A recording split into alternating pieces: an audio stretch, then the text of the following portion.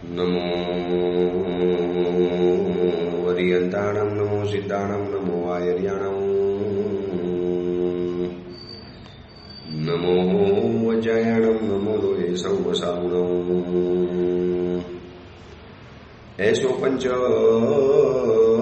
નમુકારો સૌવ પાવપણાસણો મંગલામ ચ સૌપેશીમ પરમમો વૈ મંગલમ. મંગલમ ભગવાન વીરો, મંગલમ ગૌતમ પ્રભુ, મંગલમ સુલભદ્રાદ્યા જૈન ધર્મો વિષ્ણુ મંગલમ. પ્રવચનનો વિષય છે નવી સવાર, નવો વિચાર. આજથી લગભગ 1100 વર્ષ પૂર્વે બનેલો અને આશરે 300 જેટલા નીતિસૂત્રોથી સુશોભિત નીતિ વાક્યામૃત નામનો આ ગ્રંથ અદ્ભુત વિચારોનો વૈભવ, ચક્રવર્તીના ખજાનાને પણ શરમાવે એવો અદ્ભુત વિચારોનો ખજાનો આપણી સમક્ષ ખુલ્લો મૂકેલો છે. અને વર્તમાન સમયની અંદરમાં જે રીતે ખોટા વિચારો, ખરાબ વિચારોને મીડિયા દ્વારા એટલા બધા પરિપુષ્ટ કરવાની અંદરમાં આવે છે, એક જાતનું રિસર્ચનું બ્રેઇન વોશિંગ થઈ રહેલું છે. તો એવા સમયની અંદરમાં આવા સારા વિચારોથી પણ બ્રેઇન વોશ કરવું જરૂરી પડશે. વરના શું થશે કે ખોટા વિચારોને સાચા માની લેવામાં આવશે અને સાચા વિચારો ખોટાની અંદરમાં ગણાઈ જશે. જ્યાં સુધી આવા ગ્રંથોનો સ્વાધ્યાય ચાલુ રહેવાનો, આવા ગ્રંથોના પ્રવચનો ચાલુ રહેવાના, આવા ગ્રંથોના પ્રવચનોનું શ્રવણ ચાલુ રહેવાનું, ત્યાં સુધી મનની અંદરમાં કદાચ ખોટા વિચારો આવશે નહીં. અને આવી જશે તો આ એક ખોટા વિચારોનો પ્રતિકાર આ સારા વિચારો સ્વયં કરી દેશે. કદાચ આપણે લડવું નહીં પડે, એ સારા વિચારો ખોટા વિચારોની સામે લડવાનું શરૂ કરી દેશે. ગ્રંથોનો સ્વાધ્યાય આના માટે જ કરવાનો હોય છે. આના માટે સૂત્રોનો સ્વાધ્યાય કરવાનો, આના માટે જ ગ્રંથો ભણવાના, કે આ ગ્રંથો ભણતા ભણતા ભણતા એક સારા વિચારો મનની અંદરમાં ગયા અને એ સારા વિચારો આપણને સારા બનવાની દિશાની અંદરમાં આગળ પહોંચાડી દે. આવા એક એક સૂત્રોને જાણતા જાણતા આપણે ગઈકાલે 36મા નંબરની અંદરમાં સૂત્ર વિચાર્યું, શસ્ત્રાધિકારીનો મંત્રાધિકારીનો નસ્યું. કેટલી સરસ મજાની વાત કરી કે જેની જે જવાબદારી છે એ જવાબદારી એને ઉઠાવો. એને બીજી જવાબદારી શિર ઉપર ઉઠાવવાની જરૂરિયાત નથી.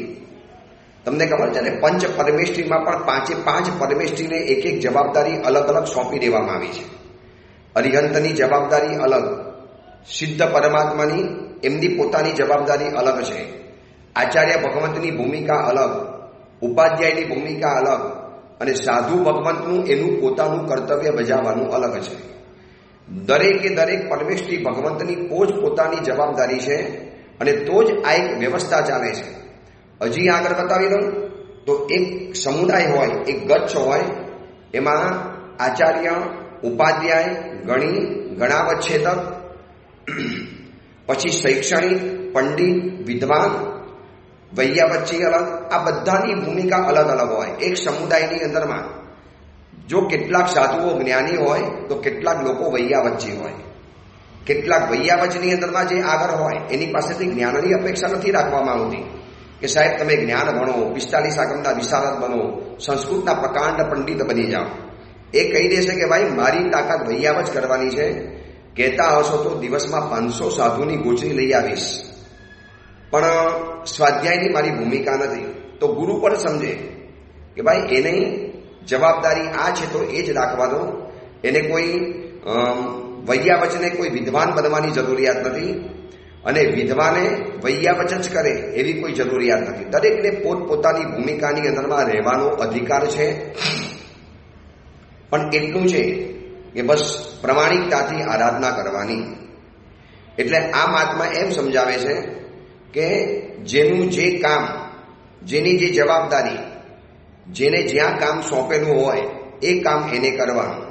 આ તો એક આપણને એક્ઝામ્પલ તરીકે બતાવ્યું કે શસ્ત્રના અધિકારી એટલે કે સેનાધિપતિ જે શસ્ત્ર ચલાવવામાં કુશળ હોય એને તમે શાસ્ત્ર ભણવાની અપેક્ષા ન રાખી શકો, એને તમે વિચાર વિમર્શની અંદરમાં લાવવા માટે ન માગી શકો.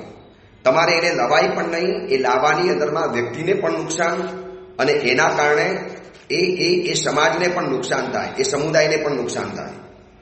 એટલા માટે આપણે ગઈકાલે આ સૂત્રની વિચારણા કરી. આજે એક નવા પ્રકારનું સૂત્ર છે. અલગ અલગ રીતે આ મહાત્માની પાસે સમજાવવાના એટલા બધા એંગલ છે, આ મહાત્માની પાસે સમજાવવાના એટલા બધા તરીકા છે, આ મહાત્માની પાસે સમજાવવાના એટલા બધા અદ્ભુત રસ્તા છે કે કોઈ પણ હિસાબે વાત મારા તમારા દિલમાં બરોબર ફિટ બેસી જાય, એકદમ પરફેક્ટ રીતે આપણને સમજાઈ જાય. એ રીતે આ મહાત્મા વાતો આપણને સમજાવતા હોય છે. 37મા નંબરનું સૂત્ર છે, 37 નંબરનું સૂત્ર, નહીં મહાન અપી અંધ સમુદાયો રૂપમ ઉપલભ્યતે. મેં તમને પહેલા પણ કીધેલું હતું કે આ મહાત્મા દરેક બાબત એક લોજિક સાથે, એક ઉપમા સાથે, સામે તમને એક એક્ઝામ્પલ સ્વરૂપે આ ચીજ સમજાવશે. આમાં મહાત્મા એક સરસ મજાની વાત કરી કે આંધળાઓનું ટોળું ભેગું થાય એટલે એમને દેખાતું થઈ જાય એવું નથી બનતું. કેટલી અદ્ભુત વાત કરી છે કે નહીં મહાન અપી અંધ સમુદાયો. નહીં એટલે નહીં, બિલકુલ નહીં. મહાન એટલે મોટો, વિશાળ, વિરાટ, સંખ્યાની અંદરમાં ખૂબ હોય એવો અંધોનો સમુદાય, મતલબ બ્લાઇન્ડ લોકોનું ટોળું, જેને આપણે પ્રજ્ઞાચક્ષુ કહીએ છીએ, જેને આપણે વિકલાંગ કહીએ છીએ, જેને આપણે દિવ્યાંગ કહીએ છીએ. તો આવી દિવ્યાંગ વ્યક્તિઓનું ટોળું ભેગું થઈ જાય એટલે એ દેખીતું બની જાય, આવું નથી હોતું. હવે દિવ્યાંગ વ્યક્તિ એક હોય કે અનેક હોય, દિવ્યાંગ વ્યક્તિ ટોળાની અંદરમાં હોય કે એકલી હોય, એને નહીં દેખાય એટલે નહીં દેખાય. આ એક સીધી વાત છે. એટલે આંધળાઓનો મોટો પણ સમૂહ કોઈ પણ રૂપને, દ્રશ્યને જોઈ નથી શકતો. આ કહીને મહાત્મા આપણને એ સમજાવે છે કે સંખ્યા હોય ત્યાં શક્તિ હોય જ એવો નિયમ સમજવો નહીં. સંખ્યાની પાછળ નહીં જવાનું. જ્યાં ભીડ દેખાતી હોય ત્યાં ભગવાન હોય જ, જ્યાં ભીડ દેખાતી હોય ત્યાં જય જયકાર જ હોય, જ્યાં ભીડ દેખાતી હોય ત્યાં બધું સારું જ હોય, જ્યાં ટોળું દેખાતું હોય ત્યાં બધું સારું જ હોય, અને જ્યાં વ્યક્તિ એકલી હોય, ઓછા હોય, અને એ લોકો નબળા હોય કે નકામા હોય કે શક્તિહીન હોય, આવું માનવાનું નહીં. એ વાત આપણને આ મહાત્મા સમજાવે છે. જોજો સમજાવવાનો તરીકો કેટલો અદ્ભુત છે કે અંધ વ્યક્તિઓનું મોટું ટોળું ભેગું થઈ જાય એટલે કોકને દેખાતું થઈ જાય, આવું ક્યારે પણ બનતું નથી. એવી રીતે સંખ્યાથી શક્તિ વગરની વ્યક્તિઓ સંખ્યામાં મોટી બની જાય એટલે એ લોકોની અંદરમાં શક્તિ આવી જાય, આવું ક્યારે પણ માનવું નહીં. ફરી વખત, શક્તિહીન સમુદાય છે, શક્તિહીન ટોળું છે, પણ સંખ્યાની અંદરમાં બહુ લોકો ભેગા થઈ ગયા છે. પણ તો શું કરવાનું? 100 ભૂંડ ભેગા થાય એટલે એક સિંહ નથી બની જતો. એવી રીતે 100 આંબલી ભેગી થાય એટલે એક આંબો ન બની જાય. એવી રીતે 100 શક્તિ વગરની વ્યક્તિઓ ભેગી થઈ ગઈ, 1000 ભેગા થઈ ગયા, અરે લાખ ભેગા થઈ ગયા, 10 લાખ વ્યક્તિઓ ભેગા થઈ ગયા. પણ એનો મતલબ એ નથી કે 10 લાખ વ્યક્તિ ભેગી થઈ ગઈ એટલે એનામાં શક્તિ આવી ગઈ, એ ટોળામાં શક્તિ આવી ગઈ, તાકાત આવી ગઈ. નો, બિલકુલ નહીં. આ મહાત્મા કહે છે કે ટોળું હોય એટલે ત્યાં બધું સારું જ હોય, આવું ક્યારે પણ નહીં માની લેવાનું. એટલે એક વાત બતાવું, અત્યારે સમાજની અંદરમાં એક એવો વર્ગ પેદા થયો છે, ભીડ જોઈને એ ભીડનો હિસ્સો બની જાય છે. મતલબ એક વ્યક્તિએ iPhone 15 ખરીદ્યો, 50 જણાએ લીધો, 100 જણાએ લીધો, 1000 જણાએ લીધો. આટલા બધા પીસ વેચાઈ ગયા. જો આટલા બધા આ મોબાઈલના આટલા બધા મોડલ્સ વેચાઈ ગયા. અરે એ તો બહુ સરસ હશે, તો જ લોકો જાય, તો જ લોકો જાય, બાકી ન જાય. અરે આ તો મીડિયાવાળા છે, ભાડુતી સંખ્યા ત્યાં લાવીને મૂકી દે, ભાડુતી પત્રકારોને ખરીદી અને પોતાની પ્રોડક્ટની જાહેરાત કરી દે, અથવા તો ભાડુતી માણસોને દુકાનની બહાર મોટી ક્યુની અંદરમાં લગાવી દે. સામાન્યને શું લાગે? અરે 2000 લોકો એ દુકાનની અંદરમાં માલ લેવા માટે આવેલા હતા. હમણાં લેટેસ્ટ મોબાઈલ નીકળ્યો, મેં એવું જાણ્યું હતું કે iPhone 15 જ્યારે નીકળ્યો ત્યારે એપલની દુકાનની અંદરમાં રાતના સમયથી ભીડ ભેગી થઈ ગઈ હતી. રાતના એનો સ્ટોર સવારે ખુલવાનો હતો, તે સ્ટોરની સામે રાતના સમયથી લોકો લાઈનમાં ઊભા રહી ગયા હતા, અને એની બહાર લોકો રાતનાથી આવીને સૂઈને બેસી ગયેલા હતા. બહાર લોકોને શું લાગે? જો શું આ પ્રોડક્ટ હશે, કેટલું આ સરસ મજાનું ઉત્પાદન હશે, કિતના અચ્છા એ પ્રોડક્ટ હોગા કે લોકો એને લેવા માટે આટલી બધી પડાપડી કરે છે.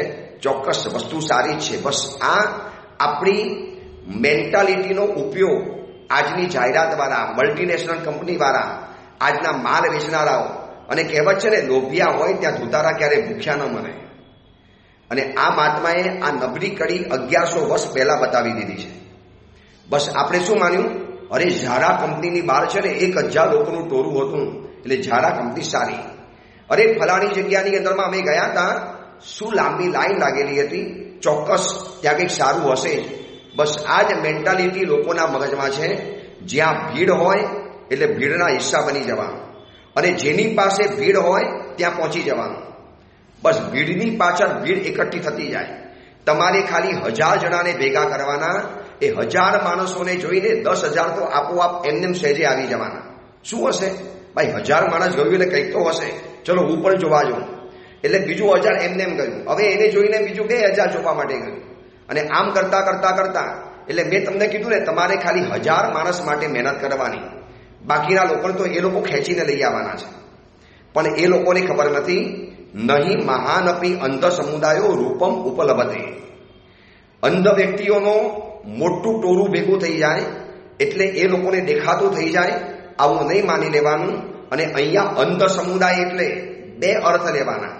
પહેલો અર્થ એ લેવાનો કે બહારની આંખો બંધ છે, અને બીજો અર્થ એ લેવાનો કે અંદરની આંખો બંધ થઈ ગઈ છે. એક આંતરચક્ષુ જેને કહેવાય, આપણી શાસ્ત્રીય ભાષામાં જેને આંતરચક્ષુ કહેવાય છે, જે આંતર નિરીક્ષણ કરી શકે, ભીતરની અંદરમાં ઝાંકી શકે, પોતાનું સ્વરૂપ દર્શન પોતે કરી શકે, પોતાનું ઓબ્ઝર્વેશન પોતે કરી શકે. આવા પ્રકારનો પણ એક જાગૃત વર્ગ જેને કહેવાય. પણ મહાત્મા કહે છે કે એવો અંધ સમુદાય જેને પોતાનું અંદરનું ઓબ્ઝર્વેશન જ નથી કરવું. બસ બહાર લોકો જ્યાં જાય ત્યાં જવાનું, ભીડના હિસ્સા બની જવાનું.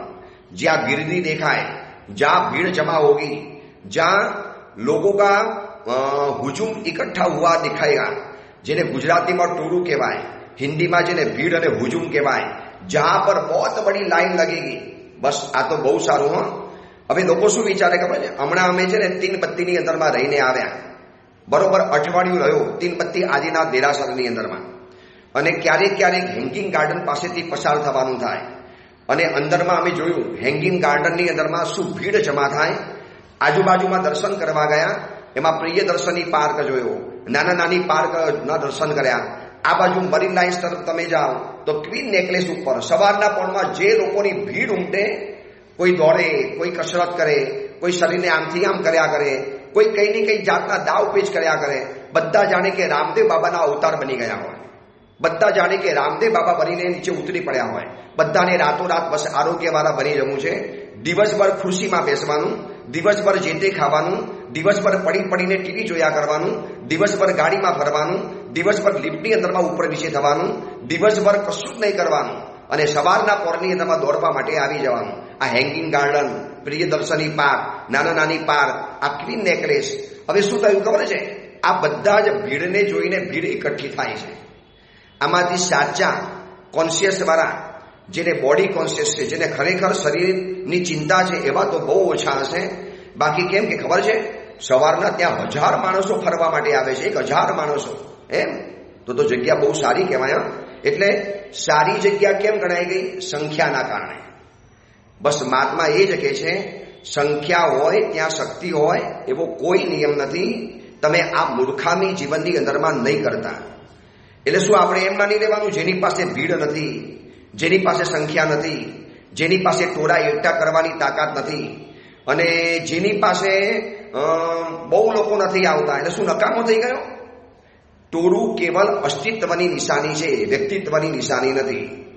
જ્યાં તમને ટોળું ભેગું થતું દેખાય તો માની લેવાનું કે આ ખાલી અસ્તિત્વવાળા ભેગા થયા છે, કોઈ વ્યક્તિત્વ નથી. આ તો ઘેટાનું ટોળું છે. એકે મોબાઈલ લીધો એટલે બીજા 15 લઈ લેવાના, 15ને જોઈને 50 લેવાના, 50 જોઈને 500 લઈ લેવાના. આ બધી ઘેટાશાહી છે. એક જણાએ જીન્સ પહેર્યું એટલે બધા જીન્સ પહેરે. એટલે શું થયું ખબર છે, સિરિયલની અંદરમાં કે પછી મૂવીની અંદરમાં કે પિક્ચરની અંદરમાં કોઈ અભિનેતાઓ જે સ્ટાઇલ મારે, બસ આપણે એ સ્ટાઇલ મારવાની, અને એની જોઈને વળી પાછા બીજા લોકો સ્ટાઇલ મારે, અને એ સ્ટાઇલ રાતોરાત ઉપડવા માંડે. એવા ચશ્મા, એવું જીન્સ, એવું ટી શર્ટ, એવા કપડાં, એવી ગાડી, એવી બાઇક, આ બધું છે ને નકલ છે. અને નકલ કેમ થાય છે? બસ મહાત્મા એ સમજાવે છે કે આવું મોટું પણ આંધળાનું ટોળું ભેગું થઈ જાય એટલે એ લોકો દેખતા બની જાય, આવો કોઈ નિયમ નથી. અને એના બે અર્થ આપણે કર્યા, બહારનો અંધાપો અને અંદરનો અંધાપો. જે આંતર નિરીક્ષણ કરી નથી શકતા, જે આંતર જગતની અંદરમાં જઈ નથી શકતા, જે પોતાનું આંતર નિરીક્ષણ કરી નથી શકતા, એ પણ અંધ જ કહેવાય છે. ભલે બહારથી દેખાતી આંખ છે, પણ પોતાનું આંતર નિરીક્ષણ, સેલ્ફ ઓબ્ઝર્વેશન એ જીવનની અંદરમાં ક્યારેય પણ નથી કરી શકતા. અને એવી વ્યક્તિઓનું ટોળું ભેગું થાય, લાખો ભેગા થાય કે કરોડો ભેગા થાય, કોઈ કહેતા કોઈ મતલબ નથી. દિલ વગરના લાખો લોકો ભેગા થાય તો પણ નકામું છે, અને દિલ સાથે બે વ્યક્તિ ભેગા થાય તો એને મોટી સભા ગણી શકાતી હોય છે. તો હવે શું કરવાનું? જ્યાં ભીડ નથી દેખાતી એના પાછળ જવાનું પણ મન નથી થતું. હું તમને એક બીજી વાત બતાવું. અમારા સાધુ જીવનમાં પણ છે ને, મેં એવું જોયું છે કે એક વ્યક્તિ બીજા વ્યક્તિને કહે, अरे यार तू आज प्रवचन में नहीं आया, उधर किधर, उधर प्रवचन में किधर, अरे वो एक आए हैं, क्या प्रवचन देते हैं, मतलब बोलो क्या अच्छा प्रवचन, अरे 5000 की भीड़ जमा हो गई थी, 5000 की. એટલે પ્રવચન સારું છે ખોટું છે એને ખબર નથી, પણ 5000 ની ભીડ આવી એટલે પ્રવચન સારું. અને લોકો કે નહીં, હું તો અહીંયા હતો, કેટલું માણસ હતું? હશે 100-125 માણસ. દમ નહીં હોય, સંખ્યા નથી આવતી એટલે સમજી લેવાનું કે દમ ના જ હોય. એવું કોણે કીધું? આજે હું એવા મહાત્માઓને જાણું છું, એટલું અદ્ભુત પ્રવચન આપે. મારા જેવું પણ એમના પ્રવચનથી બહુ ઇમ્પ્રેસ છે, ખરેખર ઇમ્પ્રેસ છે. એવા મહાત્માઓ છે, એવું તાત્વિક, એવું માર્મિક, એવું સાત્વિક, એવું આધ્યાત્મિક, એવું આંતરસ્પર્શી, બહુ શાંત રીતે એટલું અદ્ભુત પ્રવચન આપે. પણ હું જોઉં છું કે એવા મહાત્માઓના પ્રવચનની અંદરમાં 100 વધીને 125, એનાથી ચોમાસામાં પણ ક્યારેય સંખ્યા વધી નથી. છતાં પણ એ મહાત્મા મસ્તીથી પ્રવચન આપે, બિલકુલ પ્રસન્નતાની સાથે, બિલકુલ મસ્તીથી, જાણે કે હિમાલયની ટોચ ઉપર બેઠેલા હોય એટલી મસ્તીથી મહાત્મા પ્રવચન આપે. તો શું એનો મતલબ એ થઈ ગયો કે એ મહાત્માની શક્તિ નથી, એ મહાત્માને પ્રવચન કરતા નથી આવડતું? બિલકુલ નહીં. સંખ્યા ઉપરથી ક્યારે શક્તિનો ક્યાસ કાઢવો નહીં. આ મહાત્માનું આપણને સૂચન છે કે આંધળી વ્યક્તિઓનું મોટું ટોળું ભેગું થઈ જાય એટલે બધા દેખવા માંડે, આવું ક્યારે પણ નહીં માનતા. એક દેખતો હોય અને 99 વ્યક્તિ ન દેખતી હોય તો કોનું વચન વધવાનું? એકનું જ વધવાનું. મતલબ સંખ્યા હોય ત્યાં શક્તિ વધે, આવું જીવનમાં ક્યારે માનવું નહીં. પણ અત્યારે વર્તમાનની અંદરમાં એવો એક સમાજ પેદા થયો છે જ્યાં બસ ભીડ એકઠી કરો, ટોળું ભેગું કરો, ક્યાંકથી પણ ટોળું લઈ આવો, જાહેરાત કરીને. કારણ કે ખબર છે કે 500ના ટોળાની પાછળ બીજા 500 તો આપોઆપ આવી જવાના. भाई मैं वो फलानी शिविर में गया था. अच्छा क्या? बहुत अच्छी बात. अरे मगर सुन तो सही, 2000 लोग थे शिविर में, 2000 लोग. એટલે શિબિરની સફળતા, શિબિર સારી છે કે ખરાબ છે, મહાત્માએ કેવું પ્રવચન આપ્યું, મહાત્માએ શું કર્યું, મહાત્માએ કયું તત્વજ્ઞાન સમજાવ્યું, મહાત્માએ શું વાત બતાવી, એની કોઈ કહેતા કોઈ વાત નહીં. બસ સંખ્યા વધારે આવી. અરે ખબર છે જમવાની અંદરમાં 15 આઈટમ, 50 આઈટમ, 60-70 આઈટમ, એમ છે? શું વાત છે? તો પ્રોગ્રામ જોરદાર કહેવાય. શું થઈ ગયું? બસ સંખ્યા વધી ગઈ. હજી આગળ બતાવી દઉં. ઘણા લોકો પૂછે ચોમાસાની અંદરમાં કેટલા ચડાવા થયા, કેટલી ઉપજ થઈ? બોલો કે 5 કરોડની ઉપજ થઈ આ વખતે મહાવીર જન્મ વાંચનમાં. વાહ, કેવું પડે યાર, બહુ સારા વાતમાં આવી ગયેલા હશે. અને બીજા વર્ષે ચડાવવાની અંદરમાં એટલી બધી રકમ ન થઈ. લાગે છે કે આ વખતે મહાત્મા ઠંડા આવ્યા હશે. શું થયું ખબર છે? બસ માત્ર ને માત્ર સંખ્યા ઉપરથી શક્તિનો ક્યાસ કાઢવાનો. વ્યક્તિ કેવી છે? ઘણી વખત એવું થાય છે કે કોઈ એકાદ મૂવી એટલી સાયલેન્ટ હોય, એટલી સુંદર હોય, એટલો સંદેશો આપીને જતી હોય, સમાજના માટે જરૂરી હોય, અને એવી મૂવીને જોવા માટેનો TRP બહુ ઓછો પડ્યો, બહુ નાનો આવી ગયો, અને ફાલતુ મૂવીને જોવાની અંદરમાં વચ્ચે એવી એકાદ મૂવી આવેલી હતી ને, શાહરૂખ ખાનની મૂવી, બિલકુલ ફાલતુ. પત્રકારો કહેતા હતા કે આ પઠાણ મૂવીને શું કામ લોકો જોવા જાય છે એ જ ખબર નથી પડતી. પણ એનો એક નેગેટિવ પ્રચાર કરી દેવાની અંદરમાં આવ્યો. બસ એકાદ ગીત એનો નેગેટિવ પ્રચાર એટલો ભયંકર રીતે, એટલો સાયકોલોજી રીતે કરી દેવામાં આવ્યો કે પઠાણ મૂવીમાં કશું જ જોવા જેવું હતું નહીં. સારામાં સારા ફિલ્મી વિવેચકો કહેતા હતા કે આ મૂવી આટલી બધી હિટ કેમ જાય છે એ જ ખબર નથી પડતી. આ ટીઆરપી ખોટો છે, સાચો છે, એ લોકો પણ મૂંઝાતા હતા. વર્ષોના મૂવી જગતના વિવેચકો માણસો પણ કહેતા હતા યાર આમાંથી ખબર નથી પડતી શું છે, સમાજ ક્યાં જઈ રહેલો છે. સમાજ નથી જતો, બસ લોકોને એ બતાવવું છે કે અમારી મૂવી 10 કરોડ લોકોએ જોઈ. જો આટલા લોકોએ જોઈ, એ આટલી 400, 500, 1000ની ક્લબની અંદરમાં દાખલ થઈ ગઈ. બસ 1000ની ક્લબમાં દાખલ થઈ ગઈ એટલે ભોળા લોકો શું સમજી લીધું, મૂવી બહુ સરસ, ભાઈ આપણે પણ જોવા જવું પડશે હો. આને તો 50 લાખ લોકોએ જોઈ લીધું છે. હવે તમને ખબર છે કોઈ જાહેરાત શું કરશે, આ વિડીયો કે આ ફલાણી વેબસાઇટ એને 50 લાખ, 1 કરોડ, 10 કરોડ વ્યુઅર્સ મળ્યા, એને આટલા લોકોએ જોઈ. અચ્છા તો કંઈક હશે, ચલો ને હું જોઈ લઉં, કંઈક હશે તો હું જોઈ લઉં. બસ આ જોવાની અંદરમાં એમને સંખ્યા વધતી જાય. ઘણા લોકોએ આવી રીતે પ્રચાર કરીને રાખેલો હોય, કારણ કે સામાન્ય બાલ બુદ્ધિ આવી જ છે.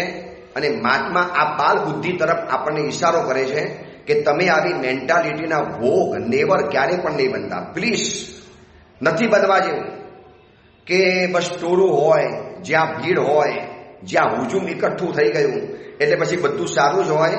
તમે બહુમતીમાં છો એનો અર્થ એવો નથી કે તમે તાકાતવાન છો, અને તમે કદાચ લઘુમતીમાં છો તો એનો અર્થ એવો નથી કે તમે કમજોર છો. બસ આ વાત બરોબર ફિટ રાખજો. આ આખા सूत्रों सार, आप बहुमती में हो, आपके पास ज्यादा बहुमती है, इनका मतलब ये बिल्कुल नहीं होता है कि आप ताकतवान हो. कोई मूवी ने 10 करोड़ લોકો જોવા માટે ગયા એનો મતલબ એ નહીં કાઢવાનો કે મૂવી સારી હશે, મૂવી શક્તિશાળી છે કે મૂવી સમર્થ છે. એ તો કોઈ પણ હિસાબે ગ્લોબસ પ્રચાર થયો, ખોટી રીતે મીડિયાની અંદરમાં આંકડા ઉછાળવાની અંદરમાં આવ્યા અને એને સાંભળ્યા પછી કેટલા લોકો જોવાની અંદરમાં ગયા. આ તો બધા ખોટા સ્ટન્ટ છે, પબ્લિસિટી સ્ટન્ટ કહેવાય છે ઇંગ્લિશ ભાષામાં. આ બધા ખોટા પબ્લિસિટી સ્ટન્ટ બસ પ્લેટફોર્મ પર દેખાવું જોઈએ કે આટલા બધા લોકોએ જોયા, આટલા બધા લોકોએ જોયા. પણ શું છે આનું?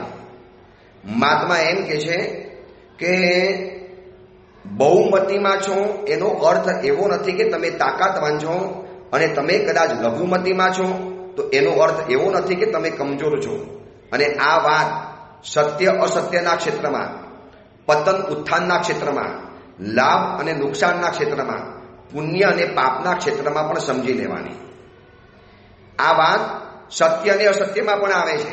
સત્યના પક્ષની અંદરમાં સંખ્યા ઓછી છે અને અસત્યના પક્ષમાં સંખ્યા મોટી છે. એનો મતલબ એ નહીં થયો કે સત્ય કમજોર અને અસત્ય તાકાતવાન. પતનના ક્ષેત્રની અંદરમાં સંખ્યા બહુ મોટી દેખાશે. તમે જોજો ચોમાસાના સિઝનની અંદરમાં માથેરાન, મહાબલેશ્વર, ભૂસી ડેમ, એમાં તમને ચિકાર સંખ્યા જોવા માટે મળશે. અને સારામાં સારા મહાત્માની શિબિરોમાં ગણીને 500, 1000, બસ 1000, 2000, ત્યાં 10-10 હજારની ભીડ જમા થઈ જાય. કેટલાય કિલોમીટર સુધી ગાડીઓની લાઈન લાગે. લોકોને કહેવું પડે ભાઈ ગાડી રસ્તામાં મૂકો અને ચાલીને જાઓ, ત્યાં આગળ જગ્યા નથી. અને ભૂસી ડેમમાં ભૂસકા મારવા માટેની એટલી બધી લાંબી ભીડ, એટલી ભયંકર ભીડ. ભૂસી ડેમમાં ભૂસકા મારવા માટે ભયંકર ભીડ જોવા માટે મળશે. એનો મતલબ એ નહીં થઈ ગયો કે ભાઈ પતનનું ક્ષેત્ર સારું અને ઉત્થાનનું ક્ષેત્ર ખરાબ છે. એ તો આવું જ રહેવાનું. પતનની જગ્યામાં સંખ્યા વધારે રહેવાની, અને સંખ્યા વધારે છે ત્યાં સમાજ શક્તિશાળી છે આવું ક્યારે પણ નહીં માનતા. મહાત્મા એ સમજાવે છે નહીં મહાનપી અંધ સમુદાયો રૂપમ ઉપલબ્ધે. અંધ વ્યક્તિઓનું મોટું ટોળું ભેગું થઈ ગયું એટલે એ લોકો દેખતા બની જવાના, અને જે દેખાય છે એવી વ્યક્તિનું ટોળું નાનું છે એટલે એ લોકો આંધળા બની ગયા. એવું કોઈ જગ્યાએ નથી. આ વાત સત્ય અસત્યના ક્ષેત્રમાં, પતન ઉત્થાનના ક્ષેત્રમાં, લાભ અને નુકસાનના ક્ષેત્રમાં. લાભની જગ્યા છે ત્યાં સંખ્યા ઓછી દેખાશે, અને નુકસાનના ક્ષેત્રમાં સંખ્યા ચિકાર પ્રમાણમાં દેખાશે. દૂધપાક પીનારા ઓછા છે, દારૂ પીનારા વધારે છે. સિગરેટ પીનારા વધારે છે અને શીરો ખાનારા ઓછા છે. તો એનો મતલબ એ નહીં થયો કે શીરો કમજોર બની ગયો અને સિગરેટ શક્તિશાળી બની ગઈ. નુકસાન થવાનું છે. પણ સામાન્ય માણસ સંખ્યા જોઈ, ભીડ જોઈ, જ્યાં આગળ વધુ પડતી સંખ્યા દેખાતી હોય બસ એના હિસ્સા બની જવાનું છે. એક બીજી ગંભીર બાબત પર ઇશારો કરું. તમને જાણીને આશ્ચર્ય થશે, મેં એવા કેટલાક મુમુક્ષુઓ જોયા છે કે જે પહેલા કોઈ બીજા ગુરુ પાસે દીક્ષા લેવાના હતા અને પછી મને મળ્યો કે સાહેબ હવે મેં ગુરુ બદલ્યા છે અને હું આ ગુરુ પાસે દીક્ષા લેવાનું છું. હું जानता तो भाई तेरे तो गुरु है थे, तू इसके पास दीक्षा लेने वाला था. हाँ साहेब जी बरोबर है, मगर मेरे परिवार वालों ने समझाया कि भाई तू जिस गुरु के पास दीक्षा ले रहा है ना, उनको तो एक ही शिष्य है. देखो सिर्फ एक ही शिष्य, क्यों इनको शिष्य नहीं बढ़े, क्यों इनको ज्यादा शिष्य नहीं है. और देख वो जो महात्मा है ना, उनको 50 शिष्य हो गए. देख 50, वहां दीक्षा ले, वहां कुछ होगा. इतनी लोग दीक्षा लेते, कुछ तो होना चाहिए. હવે એક શિષ્યવાળા ગુરુ સારા પણ હોઈ શકે અને 50 શિષ્યના ગુરુ હોય એ સારા જ હોય એવું પણ કોઈ દાવા સાથે કહી નથી શકાતું. પણ લોકોના મગજમાં શું થયું, 50 શિષ્ય હોય એ ગુરુ મોટા, એ મહાન, એ સારા, ત્યાં દીક્ષા લેવાય. અને જેને એકાદ બે શિષ્ય હોય અને સંખ્યા નાની હોય, પછી ભલે ને ગુરુ આગમના જ્ઞાતા હોય, ભણેલા ગણેલા હોય, સરસ મજાનું અધ્યયન કરતા હોય, સુંદર મજાની સંયમની ચર્યા કરતા હોય, અનિશુદ્ધ સંયમ જીવન પાલતા હોય, જીન શાસનને વફાદાર હોય, બહુ ઉત્તમ કક્ષાનું મુનિ જીવન જીવતા હોય, પણ એમને માર્ક્સ કેમ કમ મળ્યા, એ કમજોર કેમ ગણાઈ ગયા? કારણ કે એમની પાસે સંખ્યા ઓછી છે. અને કમજોર મહાત્મા શક્તિશાળી કેમ ગણાઈ ગયા?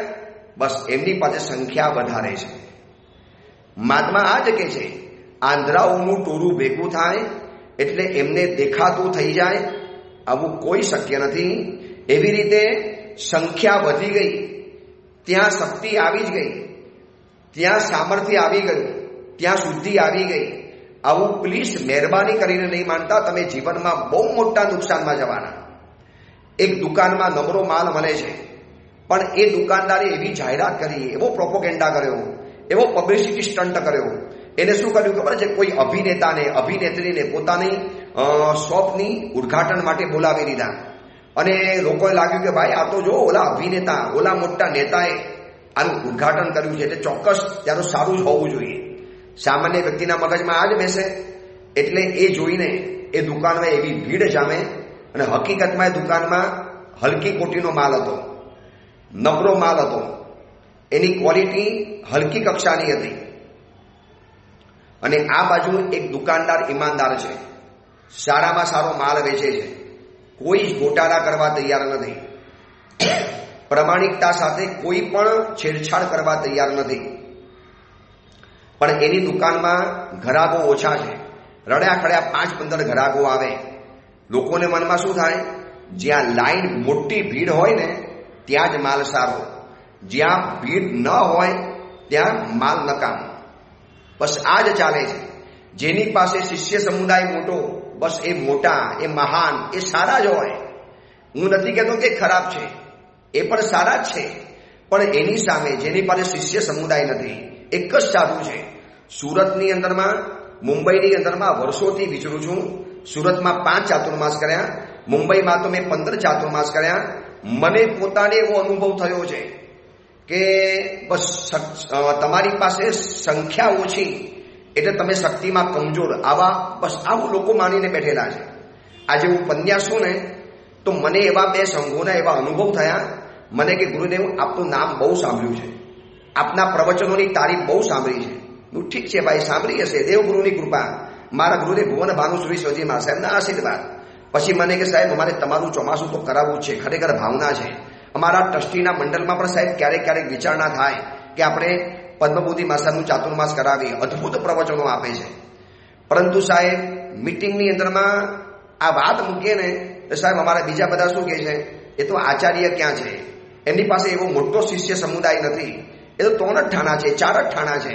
પછી આપણે એને આપણા તો મોટા ઉપાસેમાં છે ને મોટી સંખ્યા જોઈએ અને આચાર્ય જોઈએ. પછી સાહેબ અમે કહીએ કે ભલે આચાર્ય નથી પણ પ્રવચન એટલા બધા અદ્ભુત આપે છે કે આચાર્ય કરતા પણ ટપી જાય. આ મને સાવક મને કહેતો હતો, હું કે મારા ઘરની વાત નથી કરતો. મેં કીધું ભાઈ છોડ ને યાર, હવે આ બધી બાબત બીજી બાબત કર ને.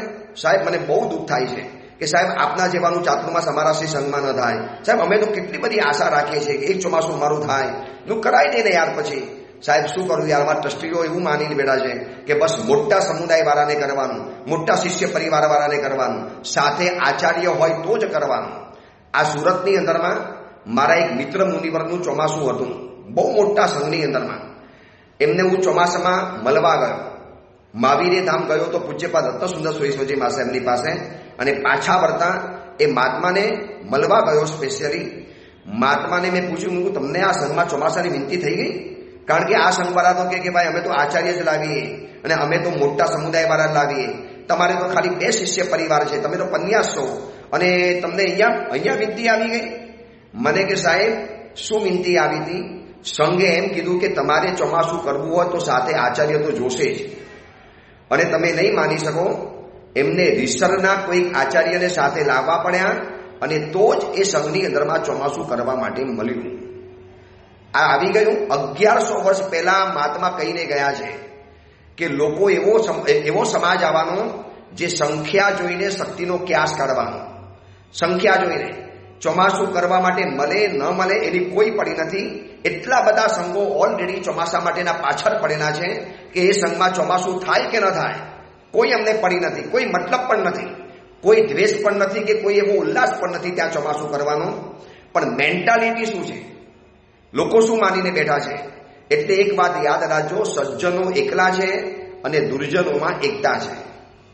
બસ ભીડ જોઈ એટલે ભીડના હિસ્સા બની જવાનું. જેની પાસે બહુ મોટું સંખ્યાનું બળ દેખાયું, બસ સંખ્યાનું બળ હોય એટલે ત્યાં શક્તિ હોય જ. બસ આવું બધા મગજમાં બાંધીને બેઠેલા છે. એમાંથી બહાર હટવા માટે આ મહાત્મા સમજાવે છે. પતન ઉત્થાનનું ક્ષેત્ર હોય, લાભ નુકસાનનું ક્ષેત્ર હોય, પુણ્ય પાપનું ક્ષેત્ર હોય, બધામાં આ સમજી લેવાનું. પુણ્યની દુનિયામાં સંખ્યા ઓછી રહેવાની અને પાપની દુનિયામાં સંખ્યા હંમેશા વધારે જ રહેવાની. તમે જોઈ લેજો, થિયેટરમાં જનારા વધારે હશે અને મંદિરમાં જનારા ઓછા હશે. મંદિરાલયમાં જનારા વધારે હશે અને મંદિરમાં જનારા ઓછા જ રહેવાના. તો એનો મતલબ એ થઈ ગયો કે મંદિરની શક્તિ ઘટી ગઈ, જિનાલયની શક્તિ ઘટી ગઈ. દોસ્ત, પુણ્યના ક્ષેત્રમાં સંખ્યા કમ હોય એટલે પુણ્ય નબળું નથી, અને પાપના ક્ષેત્રમાં સંખ્યા વધુ હોય એટલે પાપ શક્તિશાળી બની ગયું છે. આવી ગંભીર ભૂલ જીવનમાં ક્યારે પણ નહીં કરતા. આ પ્રવચન સાંભળે છે બધાને કહું છું કે પ્રવચનમાં સંખ્યા ઓછી એટલે મહાત્મા નબળા, અને પ્રોપોગેન્ડા કરીને પ્રવચનમાં સંખ્યા વધારી નાખી એટલે એ મહાત્મા શક્તિશાળી, એ પ્રવચન વધુ સારું. એ વધુ સારું હશે એમાં આપણી કોઈ વિરોધ નથી. હવે મને ઘણા કે સાહેબ ઉપદાન કરવા છે, હું જાવ કરવા માટે. સાહેબ એક જગ્યાએ છે ને પણ ખાલી 50 જ જણા છે. સાહેબ ઓલી જગ્યાએ 700 ને 1000 ને 1500 ફોર્મ ભરાઈ ગયા છે. સાહેબ આપને મહાત્મા ઓળખે છે, જરા મને ટપાલ લખી આપો ને. મેં કીધું યાર અહીંયા ઉપદાન કરી લે, શું ફરક પડે છે તને અહીંયા? નહીં સાહેબ, ત્યાં 1500 માણસ ગયા હોય ને એટલે સાહેબ કંઈક સારું જ હોય તો જ લોકો જાય ને સાહેબ. 1500 માણસ બાકી કેવી રીતે જઈ શકે? પણ મેં કીધું તારે આરાધના કરવી છે, 1500માં કરે કે 50માં કરે. નહીં પણ સાહેબ કેટલા મોટા મહાત્મા, સાહેબ ત્યાં કરવું હોય તો મને જરા વધારે આનંદ લાગે કે 1500 વ્યક્તિનું ઉપધાનમાં મેં ઉપધાન કર્યા. લો એટલે 50 માણસના ઉપધાન થાય એ ખોટા, ત્યાં એને મજા ના આવે. અને 1500ના ઉપધાન થાય પણ એને સ્ટેટસ લાગે, ત્યાં એને એમ લાગે કે ભાઈ સંખ્યા વધારે આવી ગઈ. બસ આ જ મેન્ટાલિટીને પકડીને મહાત્મા કહે છે કે આવી ભૂલ જીવનમાં નહીં કરા. આંધ્રાઓનો મોટો પણ સમૂહ રૂપને જોઈ નથી શકતો. નહીં મહાનપી અંત સમુદાયો રૂપમ ઉપલબ્ધે. એટલે કે ભાઈ સંખ્યા વધી ગઈ એટલે શક્તિ વધી જાય. આવી ભૂલ જીવનમાં ક્યારે પણ કરતા નહીં, આવી માન્યતા જીવનમાં નહીં કરતા. એ અંગેની બીજી વિશેષ વાત આપણે આવતીકાલે કરીશું. એ જ મંગલ કામના મંગલ ભાવના. જીનાગના વિરુદ્ધ કાંઈ પણ બોલાયું હોય તો મિચ્છામી દુક્કડમ.